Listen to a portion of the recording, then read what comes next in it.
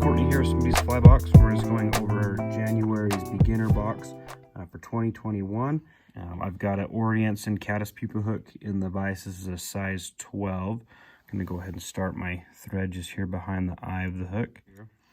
We're going to be doing this style with just your traditional hare's ear dubbing, and in the box you'll get a couple different styles of some different threads and stuff that'll you can mix and match some colors and make some different color combinations. So anyways, let's go ahead and get started. I've just got some Uni A-Dot brown thread, and I'm just going to get me a length of wire here. You could use some fluorescent floss or something to make this rib as well. We're going to use this hot orange wire. I'm just going to tie that right to the side of the hook shank and kind of pull that with my left hand, just kind of angle it back and kind of down, and that just kind of helps keep that wire to the side of the hook.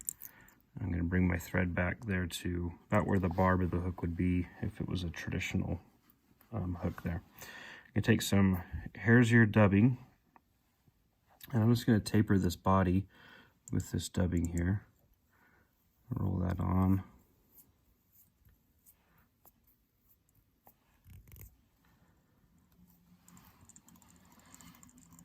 We'll cover the back end of that, and then just start bringing our dubbing forward. Like I said, I'm going to do a taper, so I'm going to try to kind of plump it up as we come along here.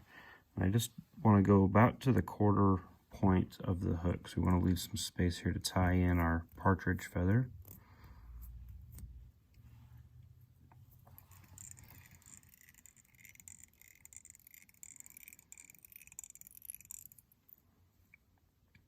I'll stop right about there, cover up the rest of that wire,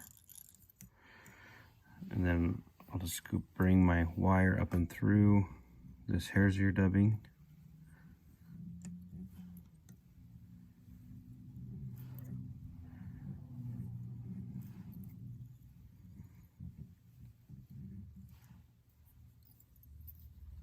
Catch that with our thread.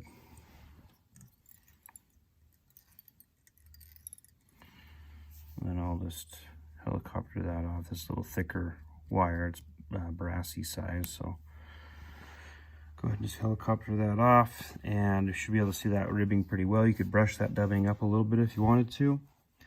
Gonna go ahead and tie in our hackle feather.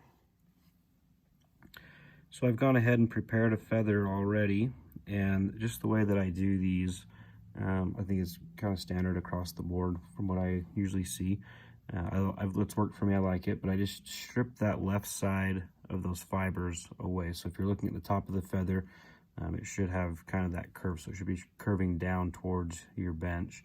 But you want to tear off the left side. I like to cut them, because sometimes if you tear that with your fingers and pull them off, sometimes it just kind of pulls the stem apart too. So I like to trim them out really. And then when I go to tie this in, I'm going to tie it in by the tip and just preen these few front fibers back. I'm just going to tie that in just right here. I just kind of hold that down at an angle, catch that with my thread, and then I'll fold these little fibers back and tie those guys down. And now we're ready just to turn that. So I leave my thread kind of just in that forward position here, right where I'm going to be whip finishing, and kind of out of the way of my soft hackle. So I just grab that stem with my right hand. I'm just going to bring that around, and I just try to kind of help coax these fibers back as I go. Notice I'm not letting that partridge feather spin around on me. I want to keep those fibers pointing backwards and make sure the tops are the one rolling around there, not the bottom. I don't want that feather to twist on me. So I get that wrapped around, and then once I get it up here to my thread, just bring my thread right in between the stem and the fibers there. Wrap that on site. We'll clean that up here. I'm going to trim the stem out. And now I just hold everything back. And now we're just going to create a little thread head here to kind of help lay that hackle back where it should go. Looks like I have a stray one. Cut that little guy out.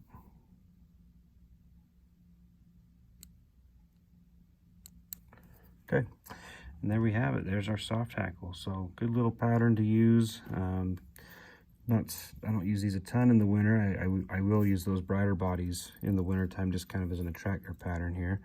But I do like fishing these, especially gearing up for the spring during runoff and whatnot.